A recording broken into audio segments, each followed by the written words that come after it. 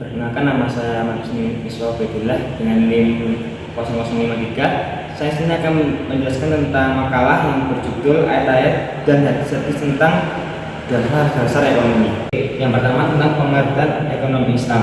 Ekonomi berasal dari kata Yunani atau oikos atau rumah, dan nomos atau aturan, yang berarti aturan yang mengatur kebutuhan hidup manusia. Jadi ekonomi adalah sesuatu yang berhubungan dengan kebutuhan manusia. Jadi semua kebutuhan manusia itu berhubungan dengan yang bernamanya ekonomi. Jadi ekonomi Islam didefinisikan sebagai bidang penelitian yang membantu mencapai kesejahteraan manusia sesuai dengan ajaran Islam. Jadi ekonomi Islam juga berstandar dengan ajaran Islam yang sudah disepakati oleh di negara Indonesia. Jadi tidak hanya seakan-akan hanya mengundang atau memberi harapan kepada manusia. Kedua, tentang prinsip dasar ekonomi Islam. Jadi prinsip-prinsip ekonomi Islam seperti keadilan distributif, penghindaran riba, dan tanggung jawab sosial. Jadi prinsip-prinsip seperti itu sangat dibutuhkan yang namanya di dalam materi ekonomi Islam. Karena apabila tidak ada prinsip tersebut, maka ekonomi Islam akan tidak bisa berdiri dengan tegak. Apa itu keadilan distributif, apa itu penghindaran riba, dan apa itu maslahat, dan apa itu tanggung jawab. Oke, yang pertama tentang prinsip keadilan distributif.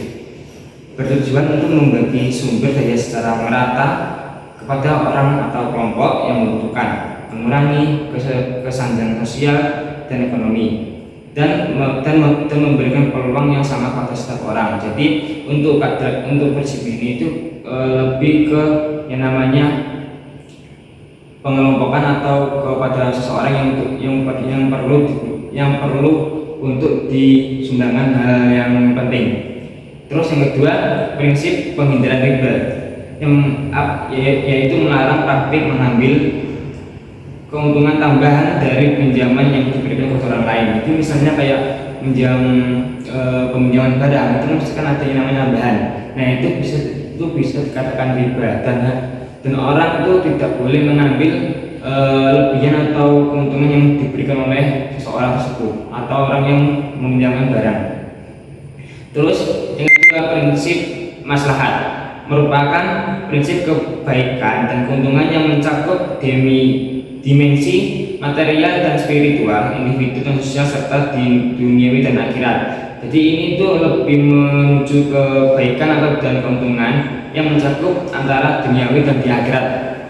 Terus yang terakhir, prinsip tanggung jawab merupakan kewajiban untuk bertindak atau berperilaku sesuai dengan ketentuan yang telah ditetapkan tanpa melanggar aturan yang berlaku.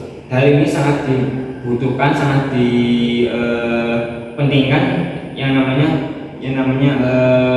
segala macam atau dalam prinsip ekonomi Islam. Karena prinsip tanggung jawab ini sangat dibutuhkan karena merupakan kewajiban untuk bertindak atau berperilaku sesuai dengan ketentuan yang telah disepakati sejak awal. Oke, sekarang saya akan menunjukkan bagian C, yaitu konsep dasar ekonomi Islam. Jadi ekonomi Islam memiliki konsep, yaitu antara lain larangan riba, yang kedua transaksi dalam ekonomi Islam, yang kedua keuangan Islam. Di sini saya akan menjelaskan apa itu larangan riba, apa itu transaksi dalam ekonomi Islam, dan apa itu keuangan Islam. Yang pertama, larangan riba adalah salah satu pilar utama dalam ekonomi Islam yang bertujuan untuk menghindari praktik eksploitasi dan memastikan adanya kesetaraan dalam transaksi keuangan. Jadi ini salah satu pilar yang utama dalam ekonomi Islam dengan adanya ekonomi Islam. Jadi hal tersebut sangat dibutuhkan dalam transaksi keuangan. Yang kedua, transaksi dalam ekonomi Islam. Ini harus sesuai dengan syariah, yaitu hukum Islam yang mengatur segala aspek kehidupan. Jadi di situ ada yang namanya aspek kehidupan atau hukum Islam yang mengatur segala aspek kehidupan, itu sangat dibutuhkan dalam ekonomi Islam. Terus yang terakhir ada keuangan Islam, merupakan sistem keuangan yang dirancang untuk beroperasi sesuai dengan prinsip-prinsip ekonomi Islam, mencakup berbagai instrumen keuangan yang sesuai dengan syariah. Jadi keuangan ini sangat dibutuhkan atau bisa dibuat laporan yang namanya ekonomi Islam. Nah, ini memiliki ajaran sendiri seperti berbagai instrumen keuangan yang sesuai dengan syariah. Jadi keuangan tersebut hanya sesuai dengan prinsip syariah. Dan D yaitu penerapan sistem ekonomi modern. Penerapan sistem ekonomi modern ini dalam perspektif Islam berfokus pada memenuhi kebutuhan pokok, kesetaraan, keadilan sosial, dan hak asasi manusia. Jadi penerapan sistem ini tersebut itu lebih ke masyarakat seperti bantuan sosial, seperti kesetaraan manusia, seperti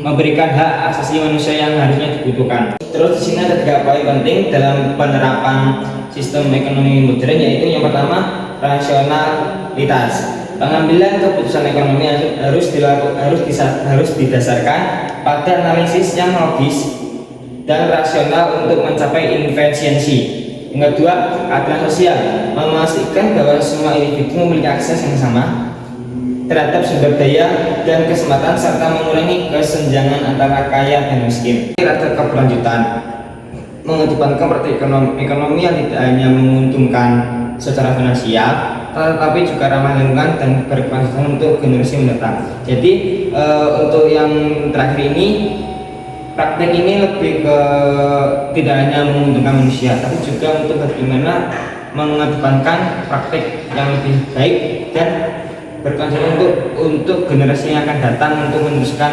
ekonomi syariah tersebut.